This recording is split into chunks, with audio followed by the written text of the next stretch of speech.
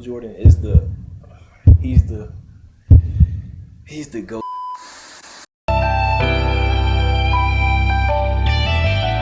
ADB, play that shit. Who you think you playing with? I won't show my hand, bitch. Niggas hate mad, envy me and I can't stand it. I was down bad, bitch, broke my heart and let me. Hey man, what's good YouTube? It's your boy Quez, aka Quez the Plug, man. I'm back here on another banger, man. And today we got what y'all been waiting for, man. LeBron versus Jordan GOAT debate.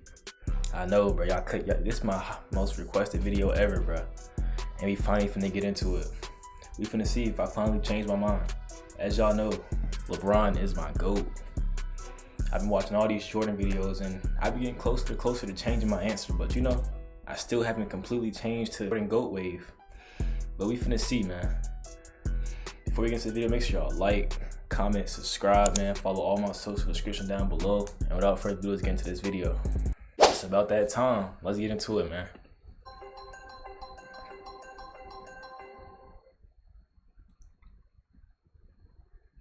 When you're good at something, you'll tell everyone. When you're great at something, they'll tell you.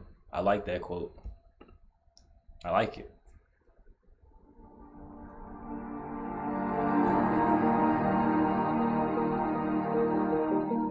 Michael Jordan. King James. Nah, let me stop playing with y'all. I know y'all that just pissed y'all off how I said Jordan, then I said LeBron like this. Let me stop trolling y'all, man.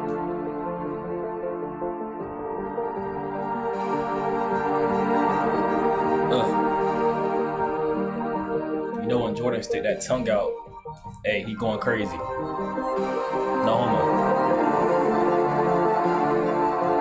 King of the Tomahawk, LeBron James. Hey,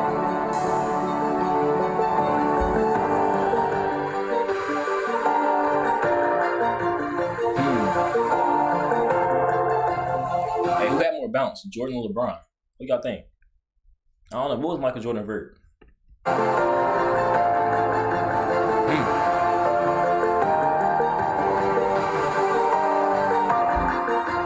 Give me those.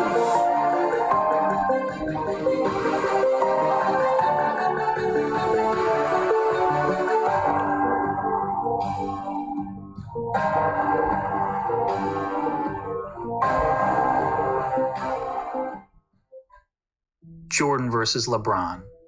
LeBron versus Jordan. It's a debate that has captured the public's attention for the last several years. Facts. Especially after this moment in 2016, when LeBron James beat the Golden State Warriors to win the third championship of his career.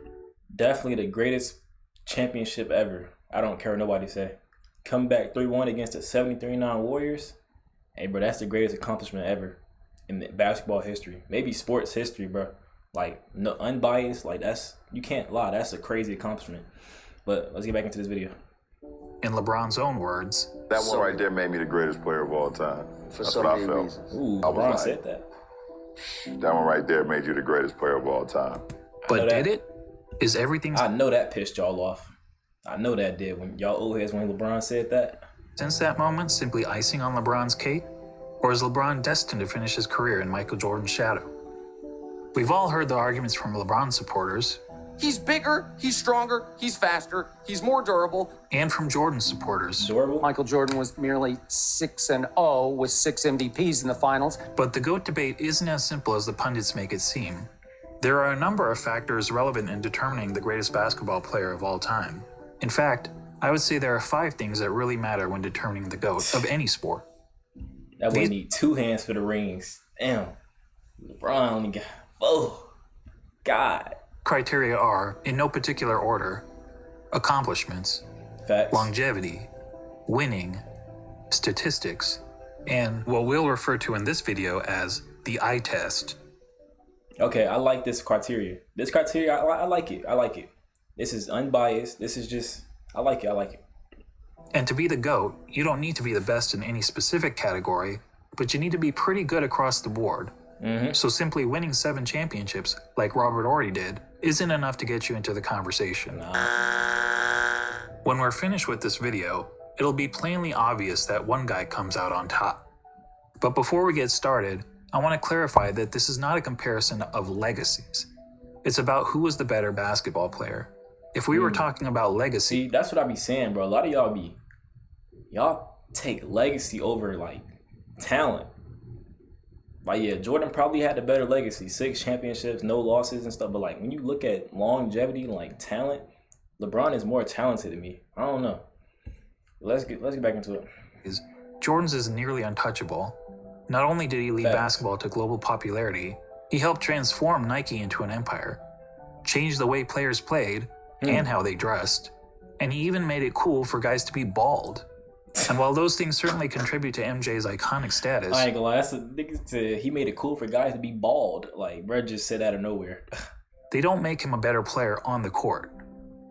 So let's evaluate the criteria that matter, and we'll start with individual accomplishments. Take a look. Jordan had more regular season MVPs, twice as many finals MVPs, 9 more scoring titles, and several more selections to the NBA's all-defensive team, including... Damn, you think about it, bro. LeBron played... Well, this was made in... I think this video was made in 2020, so this is before LeBron got his 4th ring. So take that into mind. This video was made before LeBron got his 4th ring, so some of these stats is outdated. So LeBron got 4 final MVPs now, 4 rings. He probably got about 3 more All-Star appearances. Once being named Defensive Player of the Year. LeBron has more All-Star appearances, but that's largely due to his having played more seasons. In fact, when taking into account retirements and major injuries, Jordan essentially played 13 seasons compared to 17 seasons for LeBron, making Jordan's significant lead in accomplishments all the more impressive. Facts. And that's to say nothing of MJ's brilliant... That's facts. Jordan definitely had all this in a shorter amount of time. LeBron is, 20 years in now? Jordan played 15. And like he said, he retired for 2. And he got injured his, 2nd year? He broke his foot and was out the whole season. So that plays a part into it. Jordan did all that in a short amount of time. So, yeah, I like that. Jordan got an upper hand on that. I get Jordan that. College career, which saw him twice named All-American and once awarded College Player of the Year, at a time when the country's best players actually went to college. I ain't gonna lie, I don't care about college. So regardless of whether you're a LeBron fan or MJ fan, you have to give the accomplishments checkmark to Jordan. Okay. The second criteria in our GOAT analysis is longevity. Ooh, hold on. And it's before LeBron broke Kareem's scoring title. So LeBron got way more records now. So accomplishments, I'm gonna still go Jordan because he did it in a short amount of time, but LeBron still got a lot more accomplishments now. A lot more. He broke hella records since this video was made. Just giving y'all another perspective. I'm putting it into y'all mind right now. And this one is also a no-brainer, but this time in favor of LeBron. Yeah. Not only has LeBron played more seasons in the league, but he's had a longer peak than Jordan. Jordan's peak lasted about 10 years, whereas LeBron's peak has lasted 16 years and is still going. And he's been incredibly durable during that time, missing significant time to injury only in 2019. That's facts. LeBron literally just started getting injured, and that's what he's like. Oh, he's old now, so of course that's gonna happen. LeBron just started getting injured, so he definitely was durable for a long time, about 16 years, like he said. It's crazy. Said the claim that LeBron has been much more durable than Michael has been a bit overblown. Consider that Jordan played in at least 80 regular season games 11 times in his career, including all 82 games an incredible 9 times.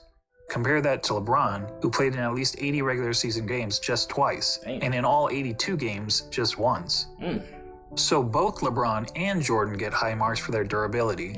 But durability aside, the bottom line is that LeBron has sustained his level of excellence for a much longer period of time than Jordan, which puts the longevity checkmark squarely in LeBron's corner. Hey, that's one of my main points too. LeBron has been playing at a high level for 20 years, bro. 20 years. Bro, I think it's a stat like, bro, haven't averaged less than 25 points since his rookie season. So put that in perspective. Bro's in year 20 averaging 30 points per game. Year 19 averaging 30 points per game. Like, y'all gotta, that's crazy, bro. Jordan couldn't do that. Jordan on the Wizards was averaging, barely 20? I'm spitting out facts, bro. I know y'all told me in the comments one video, I said Jordan was averaging 28 before he got injured one season on the Wizards. But, I mean, he got injured. It messed up his stats, so you can't say nothing about that. That brings us to the third GOAT criteria, winning. As we all know, Jordan won 6 championships. Yep. LeBron has won 3. Jordan is 6-0 in the NBA Finals. LeBron is 3-6. Yes, 4-6 now. 4-6. Remember that LeBron got 4 rings, not 6. Even though it's still less than 6, but he got 4, not 3. 4. LeBron has made the finals 9 times compared to only 6 times for Jordan. But let's not pretend 10. that making the finals is the same thing. 10 times. But yeah, making the finals ain't the same thing as winning the finals. I seen these about LeBron is 3-6. Yes, LeBron has made the finals 9 times compared to only 6 times for Jordan. But let's not pretend that making the finals is the same thing, or even close to the same thing, as winning a title. Facts. Take a prime example from another sport, the Buffalo Bills. They're the only team in NFL history to appear in 4 consecutive Super Bowls. But is there a single player or fan of that team that wouldn't trade all 4 of those appearances for just 1 Super Bowl win? Yeah, dang. Bills fans went through it 4 years in a row and no ring. That's sad, bruh. Dang. Frankly, talk to any fan whose team lost the season's final game and ask them how they felt afterward. Almost universally, their feelings are of sadness, anger, and disappointment. And that's just the fans. For players, those feelings are only magnified. Listen to Charles Barkley talk about losing in the NBA Finals.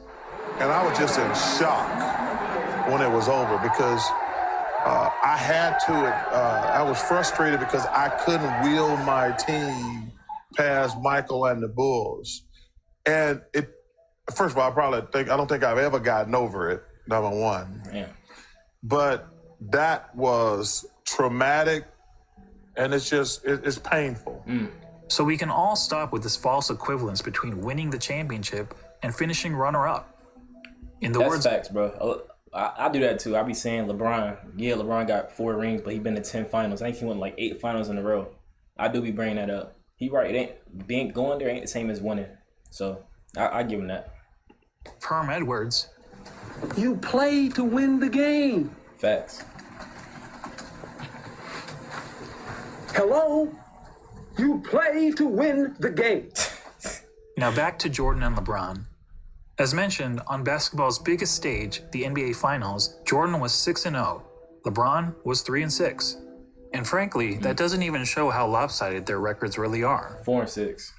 4-6. I'm gonna keep saying In terms that. of individual finals games, Jordan was 24-11.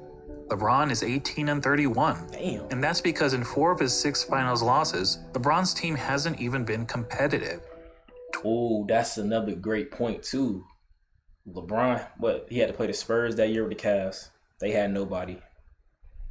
I think he got swept that year. He had to play the Warriors one time. The first time he played the Warriors, Kyrie and Kevin Love got injured. He lost that one in like 6. Then after that, he had to play the Warriors with Golden State. He had to play with Kevin Durant the next like 3 years. So he was getting beat because they couldn't. Kyrie left. They couldn't compete with Golden State with no Kyrie. He was still getting there. So you gotta give him credit for that, bro. Also, 2018, the greatest playoff run ever by a single player. Come on, bro. LeBron 2018. Was that 2018? His 2018 run or 2019? I don't know. I think it was 2018. Twice he got swept, and 2 other times he lost. Finals, Jordan was 6-0. LeBron was 3-6. And frankly, that doesn't even show how lopsided their records really are. In terms of individual finals games, Jordan was 24-11. LeBron is 18-31. And that's because in 4 of his 6 finals losses, LeBron's team hasn't even been competitive. Twice he got swept, and 2 other times he lost 4-1. That includes being on the wrong side of the 2 most lopsided finals by margin of loss in NBA history. Of course, LeBron fans will tell you that the only reason for LeBron's My guy, KD. If y'all ain't know, that's my favorite player right there. He was giving LeBron cups. I ain't gonna lie, doing him dirty, but he did a weak move. He went to Golden State, so I give LeBron that. Finals record is that his competition was so tough.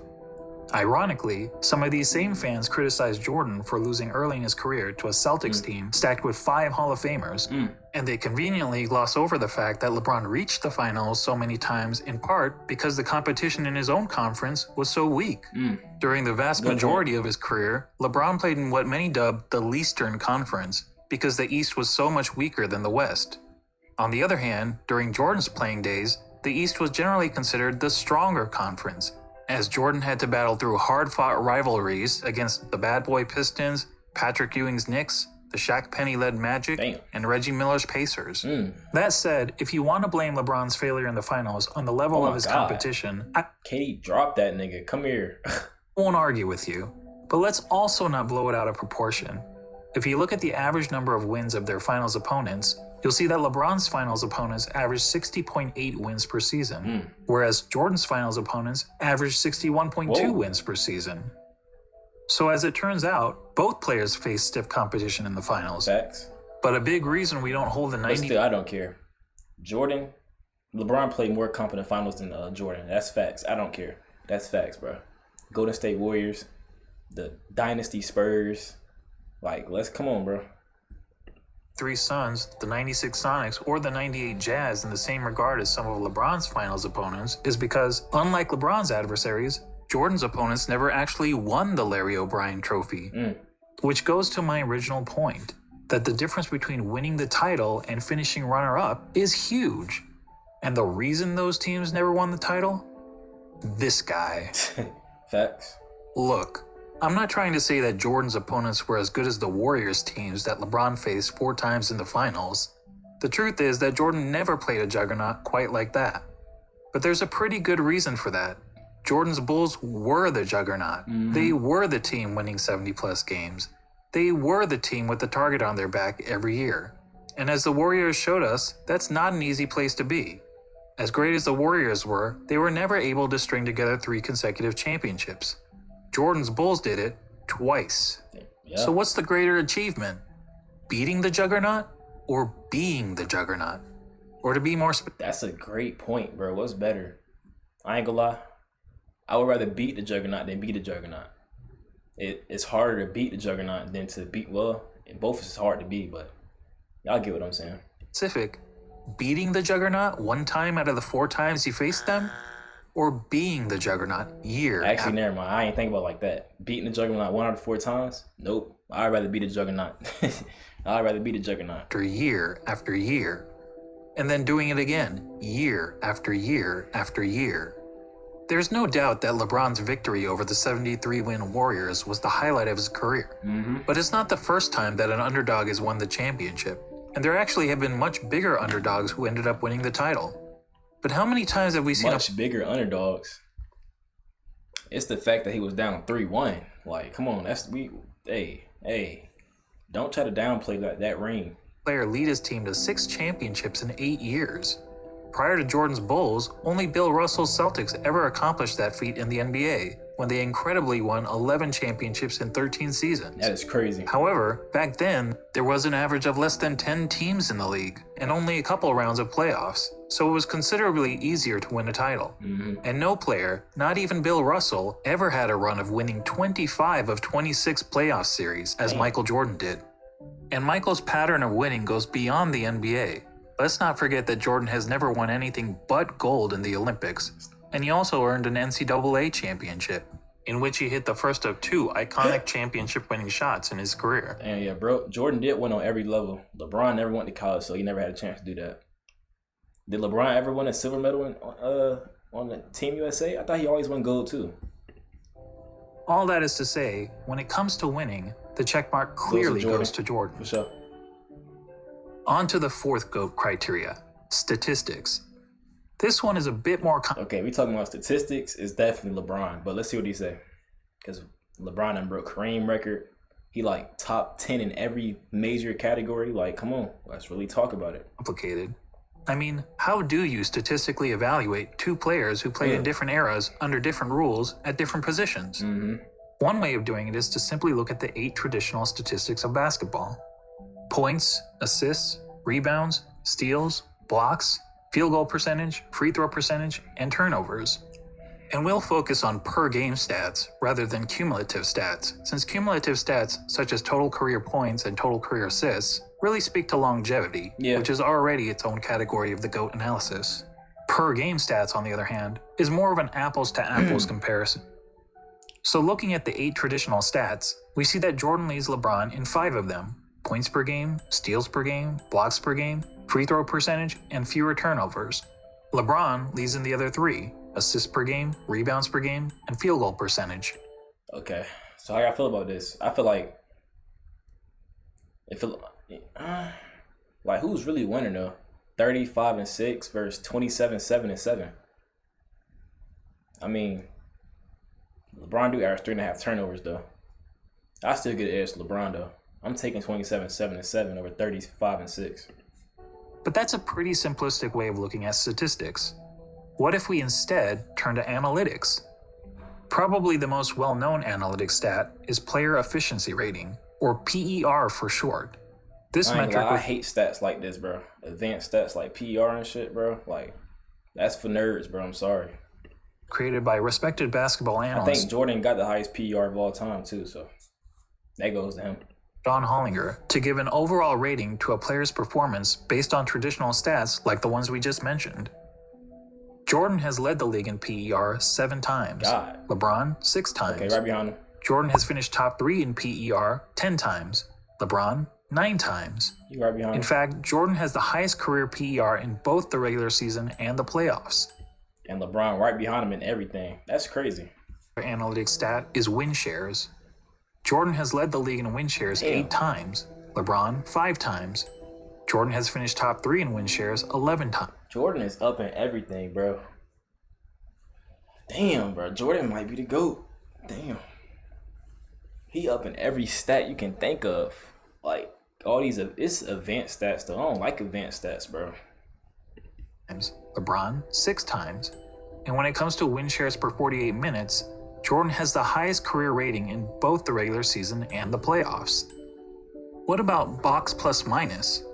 Until recently, LeBron was actually ahead of Jordan in career box plus minus. But after the 2017 season gave Russell Westbrook the greatest single-season box plus minus in history by a wide margin, the architect of box plus minus realized that the stat was fundamentally flawed. So he made some changes to improve its formula. As a result, Michael Jordan now has the highest career box plus minus in both the regular season and the playoffs. Damn. And lastly, what about value over replacement player, which on its face seems to favor LeBron James? Well, value over... But yeah, I'll say this. LeBron is definitely more valuable than Jordan, bro. You put LeBron on any team in his prime, LeBron in his prime, instant finals team, bro. Like, you're automatically getting to the finals every year if you have LeBron on your team. That's facts. Replacement player is a cumulative stat. And as previously noted, cumulative stats speak more to longevity than they do game-to-game dominance. That said, according to value over replacement player, Jordan owns 6 of the 9 greatest individual seasons ever played. And on a per-game basis, MJ's career rating in value over replacement player is the highest of all time in both the regular season and the playoffs. This nigga is first over LeBron in everything, bro. Are you noticing a theme here? Not only does Jordan beat LeBron in every ratable analytics stat, Damn. he consistently ranks as the best ever across the board. Before we move on from analytics, I want to mention a lesser-known stat called game score, another brainchild of John Hollinger. Game score measures a player's performance in a single game, so it won't tell us who's had the better career, but it does provide insight into who's had the greatest games. Okay. Now, we only have game score stats since 1983, so you won't see any mentions of Wilt Chamberlain here. That said, of the 100 highest game scores ever recorded, incredibly 19 of them belong to Michael Jordan. In other words, nearly 1 out of every 5 of the best single-game performances over the last 4 decades has been by MJ. That includes the highest game score of all time for Jordan's 69.18 rebound masterpiece. Comparatively, LeBron has had only 3 of the top 100 game scores. Damn. When discussing the GOAT, Nick Wright is fond of asking this question. The aliens come down. You have 1 game to save humanity. Who's your first pick in the history of the world? Well, Nick, I think we have our answer. Now that I've finished drowning you I ain't gonna lie. I might take Jordan in that situation because I know Jordan's gonna dog everybody out, bro. He's a dog. LeBron don't got that Jordan mentality, bro. numbers, let's be real. Old heads. Y'all might have got me. But the video ain't over yet, though. We gonna see. Hardly anyone watching this video knows how to calculate PER, win shares, box plus minus, value over replacement player, or game score. And why should you? This is basketball, not Goodwill Hunting. So let's go back to the traditional stats that we all know and understand. But this time, let's add context to them. Okay. What do I mean by context? Well, some positions are simply better than others at racking up certain stats. Let's take rebounding as an example. In a vacuum, if we simply compare the number of rebounds per game of Brook Lopez and Jason Kidd, we might think that Lopez was the better rebounder. The truth is, relative to their positions, Lopez is statistically one of the worst rebounding centers in NBA history, whereas Kidd is statistically one of the best rebounding guards in NBA history. But even a poor rebounding center can grab more rebounds than a great rebounding guard solely by virtue of their roles on the court. So it makes sense. Yo, that play we just watched, bro, that center is terrible, bro. There's no way he just missed 10 layups in a row and he like 7-8. Hold on, let's watch that Basically again. one of the best rebounding guards in NBA history. But even a poor rebounding center can grab more rebounds than a great rebounding guard solely by virtue of their roles on the court. So it makes sense that, to understand the context of a player's stats, we should compare them to the respective positions that they played. When comparing LeBron James to the other small forwards who have played at least 500 NBA games, this is where he ranks. Overall, that's pretty impressive. Yeah. Now let's see how Jordan compares to all shooting guards who have played at least 500 NBA games. Damn. As good as LeBron is compared to other small forwards, Jordan is on another level. Oh my, another win for Jordan, bro. Oh, y'all old heads got me, bro. He might compared be to other shooting guards. I ain't gonna see He's it in the video. We gonna see. Near the top of every major statistical category. And there isn't a single category where LeBron is better than MJ relative to his position, other than assists. Yeah. So that's one thing you can say. LeBron is definitely a better passer than Jordan. Like, there's no question about that. That's the only thing that's no question. Up statistics, whether comparing traditional stats or analytics, and especially when judging these players in the context of the positions they played, Jordan has a noticeable edge over LeBron. As such, we have to give the check mark to Jordan. And that takes us to the last category in our GOAT analysis, the eye test. The eye test. And to be clear, by eye test, I don't mean which of these players is bigger, faster, or jumps higher. None of that is relevant unless we're having a track and field competition. And frankly, if physical measurables mattered, then George Murasan would be in the GOAT conversation. Bro, what is that? No, what I mean by the eye test is, if you sat an average basketball fan in front of a TV to watch a player in action, what would he notice that the player is and is not great at? Thankfully, I happen to be an average basketball fan, and I've had the privilege of watching both LeBron and Jordan during their playing days. That's tough. So unlike a lot of my fellow YouTubers, I never had that privilege. I had to watch Jordan through videos like this. But LeBron, I've been watching LeBron. So I haven't merely relied on highlight videos. Here's what my eyes told me when I saw Michael Jordan play, particularly during his playing days with the Chicago Bulls. He was the best offensive player in the game. He was arguably the best defensive player in the game. tough. He had the best mid-range game. He was the best finisher at the rim. He had the best post-up game, which is incredible considering most players who dominated the post were big men. He was widely considered the most clutch player in the game. He was regarded by opponents as the fiercest competitor on the court. He was regarded by teammates as the hardest worker in practice. And when all was said and done, amongst the other stars of his generation, he was the greatest winner. Damn. Now, when you're playing against the elite athletes of the world, to be the best at any one of those things is pretty remarkable. But to be the best at all of them? I tell you, it's impossible. But for the fact that we saw Michael Jordan do it. And when it comes to the GOAT debate, that's the biggest hurdle facing LeBron. He's basically being compared to a guy who was great at everything and practically had no weaknesses. Seriously, judging by the eye test, what's the worst thing we could say about Michael Jordan's game? Probably that he wasn't a very... Yeah, that's it. He just wasn't a good three-point shooter. I mean, same thing if you said with LeBron, but he had a better three-point shooter than Jordan, so... good three-point shooter. Jordan shot 33% from beyond the arc in an era when the average player also shot 33%. So when it came to three-point shooting, he wasn't good, he wasn't bad, he was just average. But remember that Michael played in an age when the three-point shot wasn't a big part of the game. During Jordan's years, teams averaged only 9.5 three-point attempts per game, and Michael himself attempted less than 2 threes per game. And if being an average three-point shooter is a weakness of Michael's game, well, then we also have to call it a weakness of LeBron's game. Yep. The difference is that LeBron plays in an era where the three-point shot is a huge part of the game. During the years in which LeBron played, teams attempted on average over 21 threes per game, and LeBron himself averaged... See the difference, though? Over a 2 times difference between errors and three-pointer attempts per game? Like, that's crazy how much the game evolved, bro, to shooting. 4.3 three-point attempts per game, or 2.5 times as many as Jordan. Despite the increased emphasis on threes, LeBron's career shooting percentage from beyond the arc is only a hair better than Jordan, at 34%. And it's actually slightly below his peers, who averaged 35% from three during his era. But to reiterate, being an average three-point shooter was by far the worst part of MJ's game. For LeBron, it's not even close. What? LeBron, in fact, has 4 major weaknesses as a basketball player, each of which is readily apparent to anyone who has actually watched him play. First, he's not a good free throw shooter. Yeah. For his career, LeBron has shot around 73.5% from the free throw line, which is pretty poor for a player who handles the ball as much as he does. In fact, many analysts point out that at the end of games, LeBron shies away from driving to the basket because he's afraid of being sent to the line. I don't know whether that's true, but what I do know is that Bro, that's cap.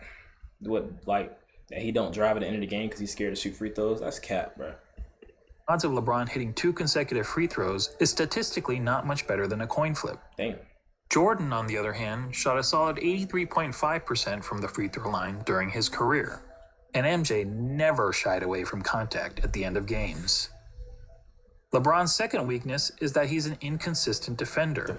Sure, he's had some years where he was elite defensively, which is evidenced by his numerous selections to the NBA's all-defensive team, but he's also had several years where he's practically been a liability on the defensive end. Bro, y'all showing clips from the Lakers, bro. Old LeBron. Of course he's going to be weak on defense as he get older, bro. Like, come on, bro. Was Jordan the lockdown on the Wizards? Let me know in the comments. I bet he won't. Compare that to MJ, who during his Bulls days was a consistently elite defender. During his Bulls days. In fact, Jordan is the only player to rank in the top 5 amongst all guards in both steals per game and blocks per game for his career.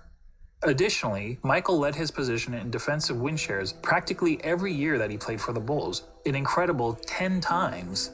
LeBron, comparatively, has led his position in defensive win shares on just 4 occasions, and in 5 of his last 7 seasons, he didn't even crack the top 10 at his position in defensive win shares. Nah, that's crazy. He just let this nigga KD walk to the rim. Now, some will excuse LeBron's recent fall-off on the defensive end as a byproduct of his resting on defense so that he can have more energy on offense. I mean, yeah, the nigga's old. He can't play both elite at year 17, year 20. Like, come on, bro.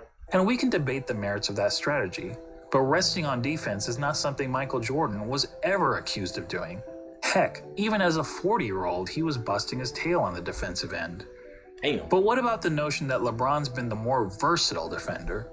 LeBron supporters will argue that he can guard positions 1 through 5 on the court, such as when he guarded Derrick Rose for stretches in the 2011 playoffs. But LeBron's guarding the opposing team's point guard or center isn't something that happens very often. In fact, during his career, LeBron has spent less than 5% of his total minutes guarding the opposing players 1 or 5. So the versatility argument is highly exaggerated. And look, when it comes to versatility, Hometown Buffet may have a more versatile menu than Spago. That doesn't make it a better restaurant. Bro, what? LeBron's third weakness is that he's not a very good shooter. And this is a pretty significant flaw for someone claiming to be the GOAT. I mean, shooting the ball is the quintessential skill in the game of basketball. It's the part of the game that everyone practices, whether on the playground, at the YMCA, or in the NBA.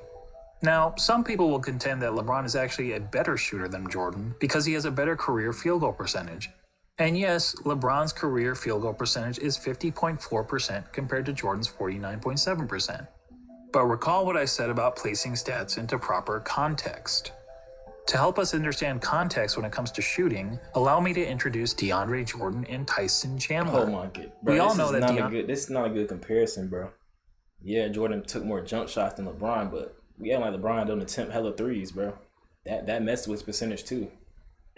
Andre and Tyson were great rebounders and defenders. But what if I told you that they were also 2 of the greatest shooters of all time? That would be certifiably crazy. Yet if you look at all the shooting metrics... Nah, bro, that's not a good comparison, bro. Like LeBron and Jordan field goal percentage, you can't compare that like comparing centers that literally take straight dunks and layups all game. LeBron doesn't score on straight dunks and layups, bro. Field goal percentage, effective field goal percentage, true shooting percentage... Both of these guys rank near the top in NBA history. Of course, there's an obvious reason for that. As we all know, both DeAndre Jordan and Tyson Chandler take a lot of their shot attempts on dunks, layups, and putbacks, which are extremely high percentage shots. Well, guess what? So does LeBron James. In fact, every single year of his career, the shot that LeBron James has taken the most has been within 0 to 3 feet from the basket. In other words, dunks, layups, and putbacks. More than 1 of every 3 of LeBron's shots has been within this point-blank range, which is aided by his playing in an era where it's been relatively easy to get to the rim, particularly when compared to the physical era in which Jordan played. And just like every other player, LeBron is really effective from 0 to 3 feet, hitting over 73% of these shots. Bro, the way LeBron scores from 0 to 3 feet is not the same way these centers score from 0 to 3 feet. He's creating his shot, getting to the rack, and scoring from 0 to 3 feet. Ain't like he just standing there taking wide open dunks, getting set up by his point guard. Like, he's creating that shot, bro. How does LeBron fare from outside this range? According to basketballreference.com, LeBron's shooting percentage from outside 3 feet is 37.5%. It's even poorer in the playoffs, where he shoots 35.9%. And it gets even worse in close and late situations. In the last 2 minutes of games where the score is within 5 points, LeBron hits only 31.7% of his jumpers. Damn. Look, it doesn't take a rocket scientist to know that these numbers aren't very good, which is probably why in the 2013 finals, the Spurs' defensive strategy against the Heat was to basically dare LeBron James to shoot.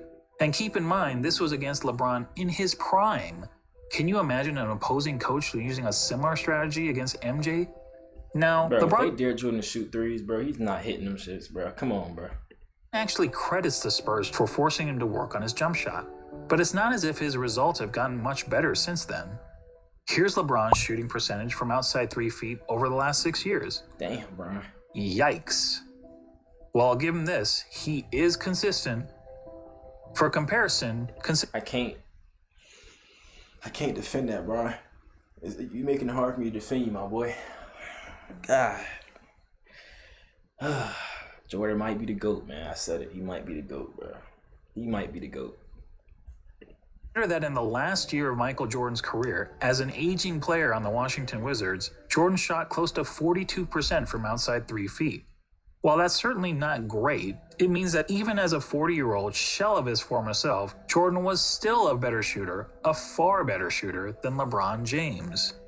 Unfortunately, Basketball Reference doesn't have advanced shooting metrics from Michael's Bulls days, when he was a significantly more efficient scorer, but few would argue that Michael was anything but a lethal jump shooter when he was wearing red and black. When it comes to shooting, all of us can recall practicing shots on the blacktop, counting down 3, 2, 1 before launching a shot at the rim. Well, if you were pretending to be LeBron James, you'd brick almost 2/3 of the time. Nah, I ain't gonna cap, bro. When I used to practice that back in the day, I definitely was acting like I was Jordan, doing that fadeaway he did against the Cavs. Hey, that pull-up game winner, bro. I definitely was acting like I was Jordan, not LeBron. Actually, Or Kobe. that's not entirely true. If you were playing against a countdown, it would be much, much worse. And that gets me to the last major weakness of LeBron's game. Travel. His performance, or more accurately, lack of Hey, don't show that and not show what the shot he hit right after this. The game-winning 3 off the backboard that he hit right after this. performance in the clutch. Remember when people were praising LeBron for making a couple of buzzer beaters in the playoffs 2 years ago? They used these stats to claim that LeBron was better in the clutch than Jordan. But look at these numbers carefully. What stands out to you? How about this? People were using a sample size of less than 1 shot per season to make the case that LeBron was more clutch than Jordan. That would be the equivalent of polling just 100 people in the country to try to predict the winner of the next presidential election. So let's use more telling stats, shall we? Let's see. Here's a situation that's often used to determine a player's clutchness. 5 seconds to go in the fourth quarter or overtime, and your team needs a bucket to either win or tie the game. It answers the age-old question, who do you want taking the last shot with the game on the line? It turns out that in the regular season and playoffs combined, LeBron has taken 94 such shots. That's a pretty good sample size. Yeah. And how many of those 94 shots has LeBron made? Before you said, I'll say LeBron made 20 of 94. Maybe 17. 19. For Hey, I said 20. He said 19. shooting percentage of 20%. Let me repeat that. 20? 20%. Guys, that's not bad in the I can't defend that, LeBron. Let's see clutch. Jordan's. That's atrocious. Michael Jordan in the same situation shot roughly 50%. Yet, 50% on game winners is crazy, bro. Yo, yeah. Look, Michael Jordan is he's the GOAT, man. Y'all old heads finally got me, bro. I converted to Jordan. Bro. Y'all old heads got me. That's right. Jordan's performance under pressure was the same as it was throughout. That is crazy, bro. Shooting 50% in the clutch is like, bro. That's GOAT shit, bro. I'm sorry, that's just GOAT shit. The rest of the game. And that, my friends, is the definition of clutch. Like shooting the same percentage, he's shooting a better percentage in the clutch than he shoot in game. Because I think he said it was like 49% for the his regular percentage. In the clutch, he's shooting 50 above. So there you go. When it comes to the eye test, our eyes tell us that one player, Michael Jordan, is great at everything and has practically no weaknesses. And the other player, LeBron James, while also having a ton of strengths, has several obvious flaws to his game. Damn. And when all is said and done, after analyzing the 5 key factors of being the GOAT, Jordan gets 4 check marks to LeBron's 1, making this GOAT debate, well, not much of a debate at all. Now, don't get me wrong, I'm not saying that LeBron James is a bad player. He's a phenomenal player. Personally, I have him on basketball's Mount Rushmore. He's still number 2. Still number 2. He ain't 1, but he 2. LeBron 2 now. I give Jordan the edge, bro. Jordan's the GOAT, bro. Y'all old heads finally got me, bro. Yeah, y'all can laugh. Do whatever you want in the comments, bro. Y'all got me. Along with Jordan, Kareem, Wilt Chamberlain, and Bill Russell. He's just not... Yeah, I ain't gonna lie. Your top 5 is terrible, buddy. These 3, they top 5. And throw Larry Bird and Magic. Instead of these 2, put Larry Bird and Magic. That's my top 5. My new top 5 is Jordan, LeBron, Bird, Magic, Kobe. Oh, I forgot Kareem. Take Kobe out, put Kareem in there. No, go. Jordan, LeBron, Kareem, Magic, Bird, then Kobe. That's my top 5. Michael Jordan.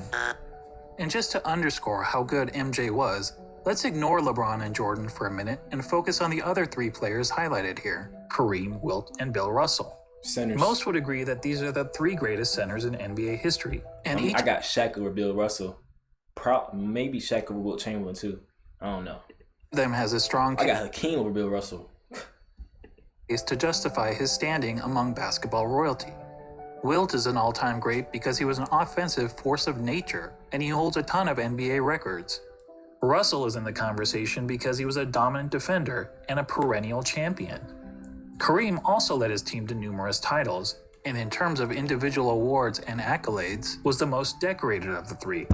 Not to mention, he had the NBA's most unguardable shot. Facts. Now imagine a center that had all the best qualities from these 3 titans. A player like that would be the basketball equivalent of Thanos.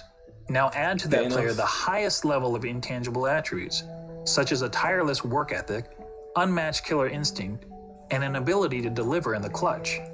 And now you'd essentially be looking at Thanos with all of the Infinity Stones. And no one would question whether this player was the greatest of all time. But the truth is, we don't have to imagine such a player. That player already existed. He just happened to be a shooting guard, not a center. When you think about it, Michael Jordan is the real-life version of an overpowered video game character. He had all the qualities we look for in a superstar athlete, and he had it in spades. He's basically Babe Ruth, if Babe Ruth played defense like Willie Mays. And that's why, even in comparison to the other all-time greats, he is truly in a class of his own. Simply put, he's the GOAT. He's the GOAT.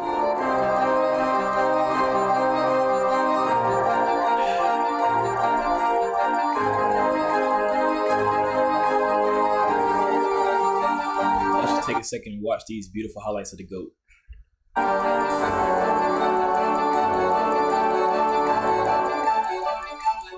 That's tough. Head tap.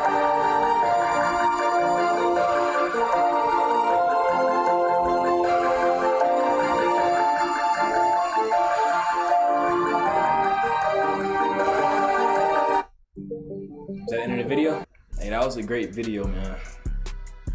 The video finally got me to change my mind, bro. Michael Jeffrey Jordan is the GOAT.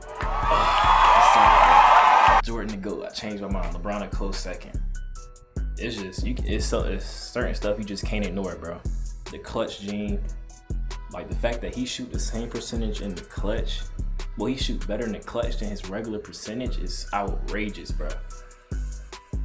Y'all old heads been trying y'all hardest in the comments to get me to change. Y'all got me. But y'all gotta stop calling LeBron trash though, bro. Just cause y'all think Jordan better don't mean LeBron is trash, bro. He not great, bro. Like y'all saying Larry Bird better than LeBron. Like, come on, bro. Y'all just chatting at this point, bro. Like, it's not even close with Larry Bird and LeBron. I'm sorry. But yeah, this is a great video, bro. It definitely opened my mind. I told y'all, bro, I got an open mind. I can change my perspective on things, bro. I just had to do my research, bro. I'm a youngin', bro. Let y'all get like, bro, don't kill me in the comments, bro. I had to do my research, bro. I done did hella Jordan videos, bro. Hey, y'all got me. Changed my mind. He's the GOAT. If y'all enjoy that video, man, make sure y'all like, comment, subscribe, man.